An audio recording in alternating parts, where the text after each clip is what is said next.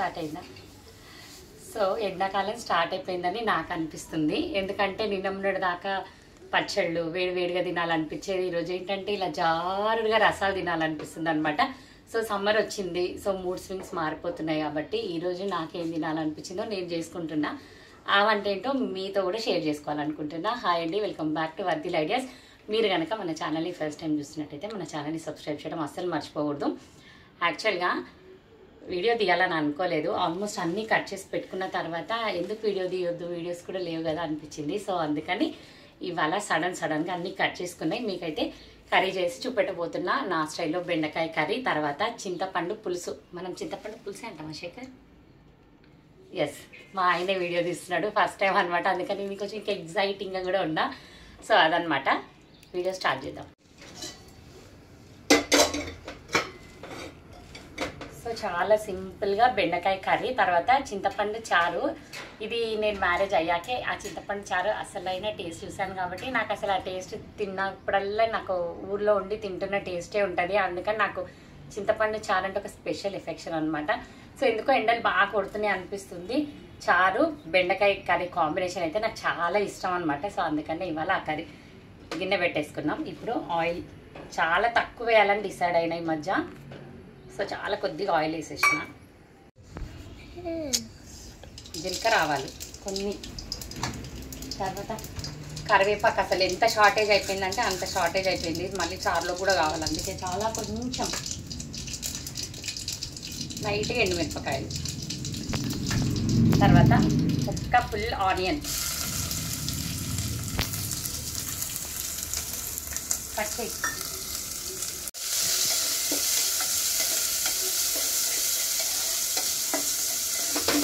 కర్రీస్లో onions oil తక్కువ వేసినప్పుడు మనం ఏం చేయాలంటే ఆనియన్స్ బాగా మగ్గాలంటే క్యాప్ క్లోజ్ చేసేయాలి కలుపుకుంటూ. అప్పుడు మంచిగా స్టీమ్ అవుతాయి, కుక్ అవుతాయి.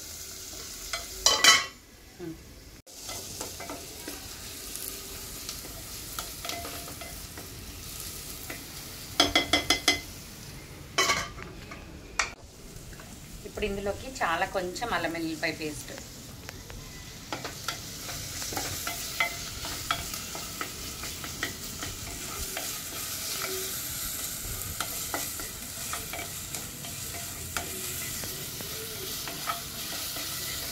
శేఖర్ లడ్డు వీడియోలు తీసినప్పుడు బోల్డ్ అని టిప్స్ చెప్తుంటే ఇప్పుడు నువ్వు వీడియో తీస్తున్నా నాకు ఒక టిప్ కూడా గుర్తు రావట్లేదు శేఖర్. ఇప్పుడు కొంచెం పసుపు,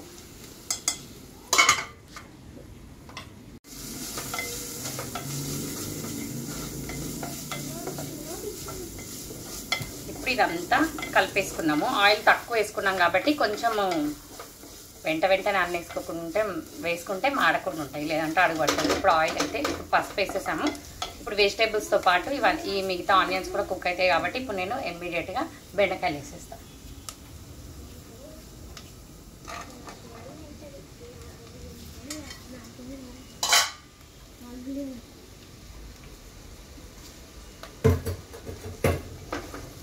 బెండకాయల్ని సుకుమారంగా కలపకపోతే బెండకాయలు విరిగిపోతాయి. అండ్ బెండకాయలు కొంచెం తొందరగానే మగ్గుతాయి. సో ఇప్పుడు క్యాప్ పెట్టేస్తాం. ఆయిల్ తక్కువ ఉంది కదా, కొంచెం కలుపుకుంటూ చేసుకుంటే బెటర్, లేదంటే అడుగు పట్టేస్తుంది. ఈ గిన్నె మందంగా ఉంది కాబట్టి అంత తొందరగా ఏం పట్టదు, కానీ కొంచెం మనం అప్పుడప్పుడు కలుపుతూ ఉండాలి నిదానంగా. ఇప్పుడు ఎండాకాలం స్టార్ట్ అయిపోయిందని నా ఫీలింగ్. సో నాకు చింతపండు పులుసుతో అన్నం తినాలన్నది కాబట్టి నా ఫేవరెట్ చింతపండు పులుసు అనమాట. ఇది మేము చారు పులుసు కాదా మరి, పులుసు అని ఏంటంటారు? చేపల పులుసు, బెండకాయ పులుసు, అందులో కూడా చింతపండు వేస్తాం కదా, అది వేరే. అంటే ఇప్పుడు ఇది చారా, రసమా? చింతపండు చారు. అమ్మయ్యా, ఇన్ని రోజులకి నేను తిన్నదానికి కరెక్ట్ పేరు ఇది చింతపండు చారు. ఇది మసాలా అయ్యాం కదా కాదు. సో ఇది చింతపండు చారు అంట, సారీ. సో దీన్ని ఇప్పుడు బాగా మనము రసం పిండుకుంటే, అవును మీరు ఎవరైనా అసలు కామెంట్ చేయరు కదా ఇది చింతపండు చారా చింతపండు పులుసా, ఖచ్చితంగా నాకు చెప్పాలి మీరు. మరి చెప్పకపోతే అస్సలు బాగుండదు. సో దీన్ని బాగా పచ్చి పులుసు కూడా అంటారు. కరెక్టే, గుర్తొచ్చింది, ఇది పచ్చి పులుసు, మేబీ అదే కావచ్చు. చిన్నప్పటి నుంచి తింటున్నావు, నీకెందుకు తెలియదు దీని పేరు కరెక్ట్. ఎక్కడ ఎండాకాలం ఎండాకాలం అంటున్నా, నా ఫీలింగ్ ఏనా నిజంగా ఎండాకాలం? ఎండలు స్టార్ట్ అయినా వచ్చేసారి చాలా వచ్చినాయి ఇంకా 2 months కొడతాయంట. ఫోన్లో పెట్టినప్పుడే ఇప్పుడే ఫోన్లో పెట్టేసిందంట దేవుడా. సో ఈ చింతపండు పులుసు, చింతపండు చారు. సో ఈ చింతపండు చారుకి గుజ్జు పిండేసుకున్నాము. సో ఇప్పుడు దీన్ని ఏం చేయాలంటే ఇందులోంచి ఇది ఉంటుంది కదా, ఇది వేరే చేయలేదు. కూర ఒకసారి చూద్దాం. మగ్గుతుంది, మంచిగా మగ్గుతుంది. కానీ ఇగో ఇలా అడుగు పట్టకుండా స్లోగా కలుపుకోవాలి.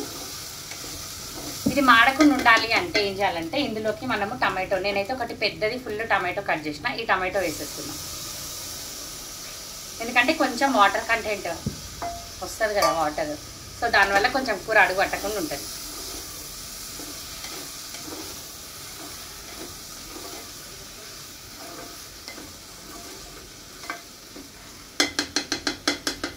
నేనైతే కర్రీ సిమ్లో పెట్టే చేస్తున్నా, పెద్దగా మీడియం ఫ్లేమ్ కూడా కాదు, లో ఫ్లేమ్లోనే పెట్టి చేస్తున్నా. ఎందుకంటే నాకు బెండకాయలు ఇలా చితికిపోతే నచ్చదు, బెండకాయలు లాగే ఉండాలని. అందుకని స్లోగా పెట్టి చేస్తే అలాగే ఉంటాయి.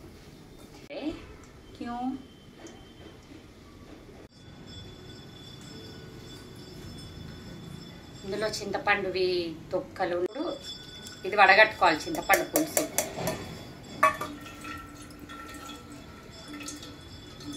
ఇంకో నీళ్ళు వేయండి. నాకంటే శేఖరే బాగా వంటలు చేస్తాడు. మాస్టర్ షెఫ్ ముందు వంట చేయాలంటే నాకు కాలు చేతులు వణుకుతున్నాయి. మాస్టర్ షెఫ్, మా మాస్టర్ షెఫ్ వాటర్ పోయమన్నాడు. ఆయన చెప్పకుండా పోసేదాన్ని, కాకపోతే ఆయన చెప్పిండు కాబట్టి దబ్బున పోసిన. సో ఇవన్నీ తగిలితే కొంచెం తినబుద్ధి కాదు కదా, అందుకని ఇవన్నీ తీసేసాను. ఇంకా కొన్ని పోయమన్నాడు మా మాస్టర్ షెఫ్, వాటర్ పోస్తా. ఇప్పుడు మనం ఏం చేయాలంటే ఇందులో ఏం చేయాలి మాస్టర్ షెఫ్? కారం వేయాలి. ఎస్. ఇంకేమేయాలి మాస్టర్ షెఫ్? ఉప్పు. అవునా, ఓకే. 1 tablespoon కారం, ఇంకొక హాఫ్ చాలు. సాల్ట్ చూసుకొని మళ్ళీ వేసుకుందాం. నాకైతే ఇది సరిపోతుంది అనిపిస్తుంది.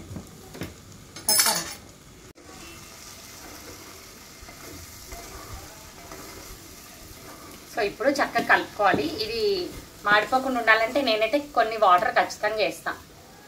ఫ్రై కర్రీస్ కంటే ఇట్లా లూజ్ ఉండే కర్రీస్ ఇష్టం కాబట్టి ఇది కలిపేసి ఒక 1 minute ఆగి నేను ఒక చిన్న గ్లాస్ ఆఫ్ వాటర్ వేస్తాను. కర్రీ అన్నీ వేసేసాము. ఇప్పుడు అడుగు పట్టకుండా ఉండడానికి కొన్ని వాటర్ వేసి ఉడికిచ్చేస్తే అయిపోతుంది.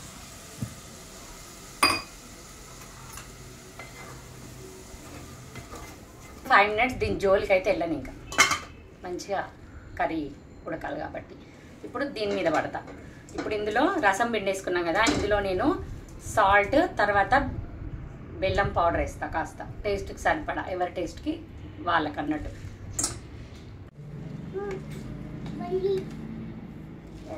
బెల్లం పౌడర్,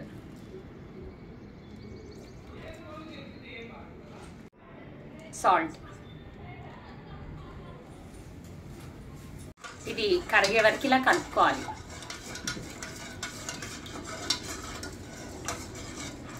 వెళ్ళను, దీని జోలికి వెళ్ళను. నాకు ఒక ఆనియన్ కావాలి, దాన్ని సన్నగా తరిగి పెట్టేసుకుంటా.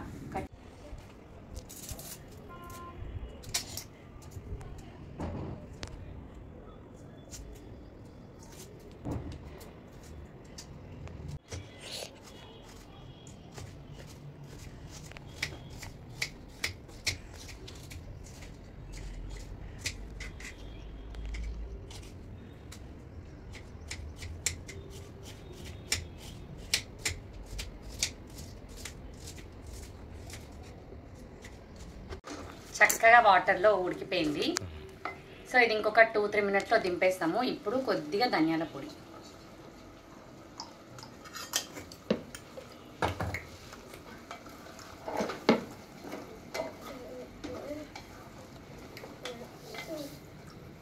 ఇంకా అంతే. ఇంక 2 minutes ఆగి కొంచెం కొత్తిమీర వేసేసుకొని బంద్ చేస్తే బెండకాయ కర్రీ రెడీ అయిపోతుంది అనమాట. సో ఇప్పుడు కొత్తిమీర తీసుకొస్తాం.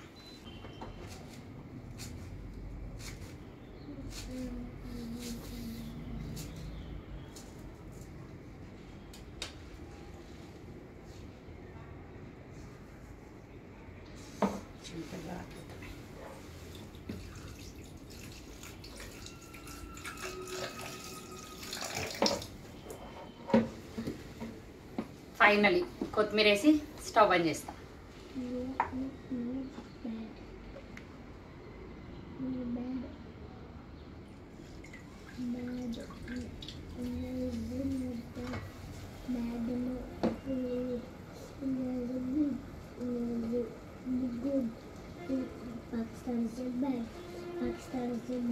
సో వేడి వేడిగా నా ఫేవరెట్ బెండకాయ కర్రీ అయితే రెడీ అయిపోయింది.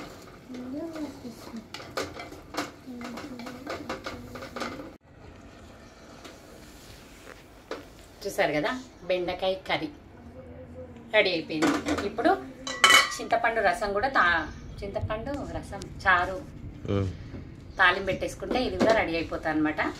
ఇందులో జీలకర్ర ఎల్లిపాయలు రెండు కూడా దంచేసి వేసుకుంటే బాగుంటుంది. నాకు అసలు పచ్చి ఎల్లిపాయలని అస్సలు తినలేను కాబట్టి నేను అవి స్కిప్ చేస్తున్నా. జీలకర్ర ఎలాగో తాలింపులో వేస్తా కాబట్టి ఇప్పుడు ఓన్లీ ఇందులో పసుపు కాదు ఉప్పు బెల్లం మాత్రం వేసి కలిపిన. ఇప్పుడు తాలింపు పెట్టి ఈ ఆనియన్స్ ఇందులో వేసేస్తే చింతపండు చారు రెడీ అయిపోతుంది. సో చూసేద్దాం. ఇప్పుడు ఇందులో కూడా చాలా కొంచెం ఆయిల్తో ట్రై చేస్తున్నా.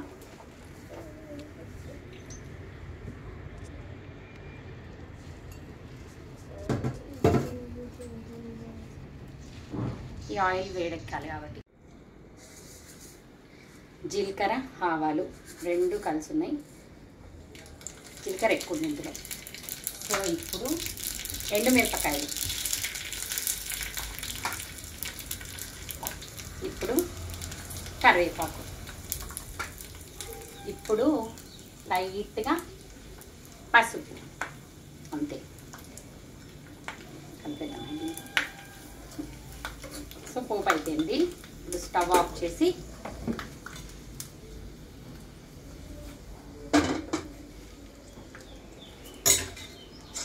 ఈ తాలింపుని వచ్చేవా తాలింపు అయిపోయింది. ఇప్పుడు ఈ చారంతటికి హైలైట్ టేస్ట్ని ఇచ్చేవి ఈ ఆనియన్స్ అనమాట. అసలు ఎంత ఆనియన్స్ ఎక్కువ వేసుకుంటే అంత టేస్ట్ బాగుంటుంది. కాకపోతే ఎక్కువ రోజులు అంటే స్టోర్ ఎక్కువ అవ్వదు అంతే ఆనియన్స్ వేస్తే. ఎప్పటికప్పుడు తినేసేలాగైతే ఇట్లా ఎక్కువ ఆనియన్స్ వేసుకొని చేసేసుకోవాలి. చూసారా ఎంత బాగుంది. అసలు ఈ చారుని మరగబెట్టం ఏం చేయం కాబట్టి ఇది చింతపండు పులుసా, చింతపండు రసమా, చింతపండు చారా ఎవరికైనా తెలిస్తే కన్ఫర్మ్ చేయండి. ఇప్పుడు ఇది నేను టేస్ట్ చేసేస్తాను. సూపర్.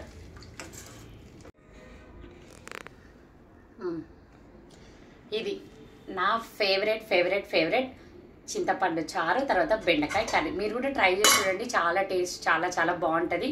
శేఖర్ అన్నం వండలేదు. అన్నం కూడా వండి చూపించాలంటే లేట్ అవుతుంది కాబట్టి మీరు ఎలా వండుకుంటారో నేను కూడా అన్నం అలాగే వండుతా కాబట్టి. సో ఈ వీడియో ఇంతటితో సమాప్తం. Thank you so much for watching. Bye bye.